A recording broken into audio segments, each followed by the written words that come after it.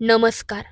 जर मी तुम्हाला सांगितलं की हनुमान चाळिसेच्या 40 ओळी तुमच्या मेंदूला रिप्रोग्राम करू शकतात, तर तुम्हाला कधी प्रश्न पडलाय का?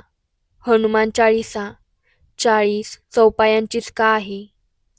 हनुमान चाळिसा इतकी प्रभावशाली कशी आहे की तिचे पठण करणाऱ्या व्यक्तीला तिच्या आयुष्यात सकारात्मक बदल घडताना जाणवतात? हेच आपण वैज्ञानिक दृष्टिकोनातून या व्हिडिओमधून जाणून घेणार आहोत. तर हा व्हिडिओ शेवटपर्यंत नक्की बघा. वैज्ञानिकांनी 40 दिवस 2 झाडांवर एक प्रयोग केला. एकच जात असलेल्या 2 झाडांना समान गरजेचे घटक पुरवले गेले. पण 2 वेगळ्या लोकांना दररोज काही मिनिटे त्या झाडांशी बोलायला सांगितले. एका व्यक्तीने नेहमीच एका झाडाशी सकारात्मक संवाद साधला, तर दुसऱ्या व्यक्तीने दुसऱ्या झाडाशी नकारात्मक संवाद साधला. ही प्रक्रिया जवळपास 40 दिवस चालू ठेवण्यात आली आणि याचे आश्चर्यकारक परिणाम बघायला भेटले. ज्या झाडाशी सकारात्मक संवाद केला गेला, त्या झाडाची निरोगी वाढ झाली आणि ज्या झाडाशी नकारात्मक संवाद साधला गेला, त्या झाडाची वाढ व्यवस्थित झाली नाही. यातूनच असा निष्कर्ष काढण्यात आला की सकारात्मक आणि नकारात्मक शब्दांचा आपल्या मनावर आणि झाडांवर सुद्धा खूप खोलवर परिणाम होतो. आपण जे ऐकतो, बोलतो ते आपल्या सबकॉन्शियस मेंदूमध्ये कुठेतरी राहते आणि त्यानुसारच आपण त्या गोष्टींचा अनुभव घेत असतो. कुठेतरी झालेल्या रिपीटेड संवादामुळे झाडांना सुद्धा त्या शब्दांची सवय होते आणि ऐकलेले शब्द त्यांच्यासुद्धा नकळत त्यांची रिॲलिटी होऊन जाते. म्हणूनच आपण म्हणतो, हनुमान चाळिसा आपल्यावरचे संकट दूर करते. आयुष्यात सकारात्मक बदल घडताना जाणवतात. कारण हनुमान चाळिसेमध्ये असणारे शब्द हे हनुमानाची स्तुती करता करता आपल्यामध्ये असणाऱ्या सुप्त चेतनेला जागे करतात.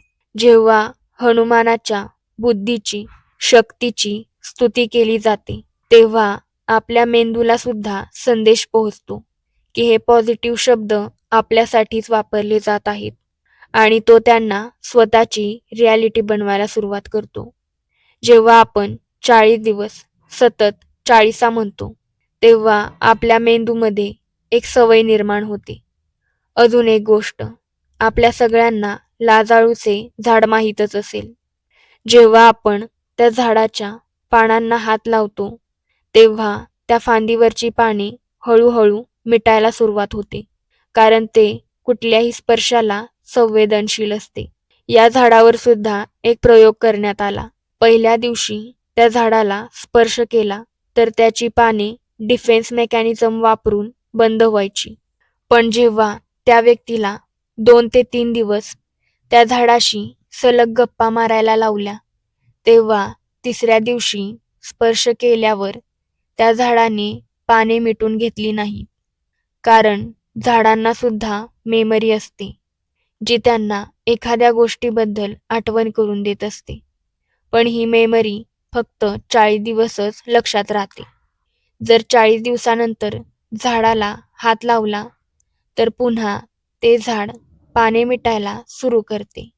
म्हणूनच हनुमान चाळिसा ही 40 ओळींची असते. कारण कुठल्याही व्यक्तीला एक सवय निर्माण करायला आणि त्या सवयीला लक्षात ठेवायला 40 दिवसच लागतात. म्हणूनच जर कोणी हनुमान चाळिसा वाचत असेल, तर त्या व्यक्तीची मॅनिफेस्टेशन पॉवर म्हणजेच इच्छाशक्ती खूप मजबूत असते. हनुमान चाळिसा हा जादुई मंत्र नाही, तर तो मॅनिफेस्ट करण्याचा आणि पॉझिटिव्ह शब्दांद्वारे स्वतःमध्ये बदल करण्याचा मंत्र आहे. आपल्याला वाटते पूर्वीचे लोक धार्मिक होते, त्यांना लॉजिक माहीत नव्हतं, पण खरे तर त्यांनाच आयुष्याचे रहस्य माहीत होते. हनुमान चाळिसेच्या चौपाया एका विशिष्ट पॅटर्नवर रचलेल्या आहेत, जेणेकरून चाळिसा म्हणताना आपल्याला श्वासावर नियंत्रण ठेवता येईल. जेव्हा आपण आपल्या श्वासावर नियंत्रण ठेवतो, तेव्हा आपले मन स्थिर होते. त्यामुळेच आपली निर्णय घेण्याची क्षमता वाढते. सोबतच भीती आणि कमजोरीची भावना निघून जाते. त्यामुळेच आपल्याला क्लॅरिटी यायला सुरुवात होते. हनुमान चाळिसा म्हणताना श्वास हळू होतो. एकाग्रता वाढते. रिपीटेड वर्ड्समुळे एकाग्रता वाढते. एकच ओळ पुन्हा पुन्हा म्हटल्याने डिस्ट्रॅक्शन कमी होते. मेडिटेशनमुळे अल्फा वेव्ज वाढतात. आणि हनुमान चाळिसा म्हणणे म्हणजेच एक प्रकारचे मेडिटेशन आहे. अल्फा वेव्ज वाढल्या की भीती आणि चिंता कमी होते. पण प्रश्न असा आहे की असं का होतं? हनुमान चाळिसेची रचना कशा प्रकारे केलेली आहे, जेणेकरून ती आपल्या मनावर आणि मेंदूवर इतका सकारात्मक परिणाम करते? चला तर मग बघूया की तुळशीदास यांनी या मंत्राची रचना कशी केलेली आहे, ज्यामुळे आपल्याला एवढे सकारात्मक बदल बघायला भेटतात. हनुमान चाळिसेची रचना मीटर्स म्हणजेच मात्रांवर केली गेलेली आहे, ज्यामध्ये प्रत्येक ओळीत 16 मात्रे आहेत, ज्यामुळेच चाळिसा उच्चारताना एक नैसर्गिक नाद तयार होतो. यामध्ये सुरुवातीला 2 दोहे, नंतर 40 चौपाया आणि शेवटीला एक दोहा असे मिळून चाळिसेमध्ये 43 ओळी आहेत. हनुमान चाळिसेच्या ज्या 40 चौपाया आहेत त्यांच्यामध्ये ठराविक मात्रे आहेत, त्यामुळे प्रत्येक ओळीत 16 मात्रे तयार होतात. आता हे मात्रे कसे मोजले जातात हे एकदा बघूया. चाळिसाची रचना अशी आहे. सुरुवात 2 दोह्यांनी होते, मध्ये 40 चौपाया आणि शेवटी एक दोहा. दोह्यामध्ये 13 मात्रा अधिक 11 मात्रा अशी रचना असते, तर चौपाईमध्ये 16 मात्रा अधिक 16 मात्रा अशी रचना असते. म्हणूनच चाळिसेत सुरुवात, मध्य आणि शेवट यांचा रिधम वेगळा वाटतो. जय हनुमान ज्ञानगुण सागर म्हणताना एक ताल तयार होतो. भारतीय काव्यात मात्रा 2 प्रकारे मोजली जाते.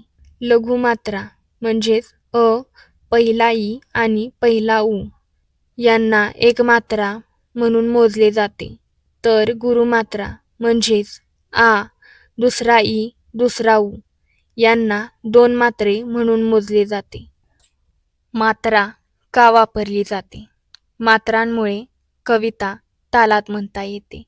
लक्षात ठेवायला सोपी होते. चॅन्टिंग करताना फ्लो स्मूथ होतो. म्हणूनच प्राचीन काळात श्लोक, स्तोत्र आणि चाळिसा हे सगळं छंदात लिहिलं जात होतं. जर हनुमान चाळिसा दररोज एकाच ठराविक वेळी म्हटली गेली तर शरीराला आणि मनाला एक पॉझिटिव्ह सिग्नल पोहोचतो. त्यामुळे आपण एक स्ट्रक्चर्ड रुटीन फॉलो करायला सुरुवात करतो. तसेच वारंवार पॉझिटिव्ह शब्द आपल्या कानांवर पडल्यामुळे विचार करण्याच्या आणि गोष्टींना बघण्याचा दृष्टिकोन बदलायला सुरुवात होते. आपल्या आयुष्यात पॉझिटिव्ह गोष्टी घडू लागतात.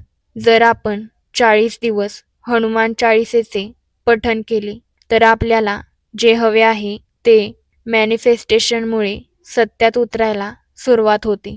कारण हनुमान चाळिसा म्हणणे म्हणजे एक प्रकारचे मॅनिफेस्टेशन आहे, जिथे आपण सगळ्या पॉझिटिव्ह गोष्टींना आपल्याकडे अट्रॅक्ट करू लागतो. आपण आपल्या मेंदूचे रिप्रोग्रामिंग सुरू करतो आणि जेव्हा आपण स्वतः बदलतो, स्वतःचा दृष्टिकोन बदलतो, तेव्हा आपला जगाकडे बघण्याचा दृष्टिकोन बदलतो. यामुळेच हनुमान चाळिसा म्हणणाऱ्या व्यक्तीच्या आयुष्यात सकारात्मक बदल घडायला सुरुवात होते. तिच्या इच्छा पूर्ण व्हायला लागतात. कारण आपण स्वतःच्या मनाला आणि मेंदूला शब्दांद्वारे एक पॉझिटिव्ह मेसेज देत असतो. म्हणूनच जर कोणी म्हणत असेल की हनुमान चाळिसेमुळे तुमच्या आसपास भूतपिशाच फिरकत नाही, तर लक्षात ठेवा, ते भूतपिशाच म्हणजेच तुमच्या मनाची अस्वस्थता, भीती आणि नकारात्मक विचार. ज्यांना हनुमान चाळिसेचा खरा अर्थ माहीत नसेल त्यांना हा व्हिडिओ नक्की शेअर करा. आणि हनुमान चाळीसेची माहिती तुम्हाला आवडली असेल तर कमेंटमध्ये नक्की सांगा. तसेच अशी माहिती मिळवण्यासाठी लाईक आणि सबस्क्राईब नक्की करा.